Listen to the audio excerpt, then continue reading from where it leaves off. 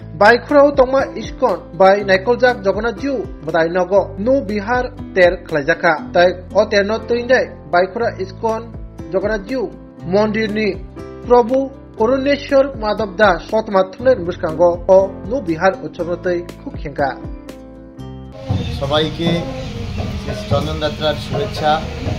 তো প্রতি বছর অক্ষয় তৃতীয়া থেকে চন্দনযাত্রা শুরু হয় রাধাগোবিন্দের এবং নৌকা বিহার শুরু হয়। গোপালের রঙে চন্দন দিতে হয়। গ্রীষ্মকালে প্রচণ্ড দাবদাহের কারণে মাধবেন্দ্র পুরীপাদের কাছে গোপাল চন্দন চেয়েছিলেন। চৈতন্য চরিতামৃতে সেটার বিশেষ বর্ণনা রয়েছে। আমাদের মন্দিরে তো পুকুর নেই, তা আমরা ভক্তরা একটা আর্টিফিশিয়াল পুকুর বানিয়ে শ্রী রাধা মাধবকে আপনারা দেখতে পাচ্ছেন নৌকা বিহার করছে। লাস্টের যে 5 দিন, শেষের 5 দিনে অক্ষয় তৃতীয়া থেকে 21 দিন পর্যন্ত যদি চন্দনযাত্রা নৌকা বিহার, আমরা 21 দিন চন্দনযাত্রাটা করি, নৌকা বিহার করতে পারি না। শেষের 5 দিন আমরা নৌকার বিহার করি।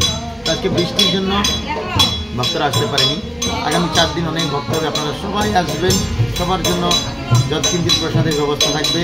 শাস্ত্রে বলা আছে দোলে তো দণ্ডগোবিন্দ চাপে চ মধুসূদন রথে তো বামনং দৃষ্টা পুনর্জন্ম ন বিদ্যতে।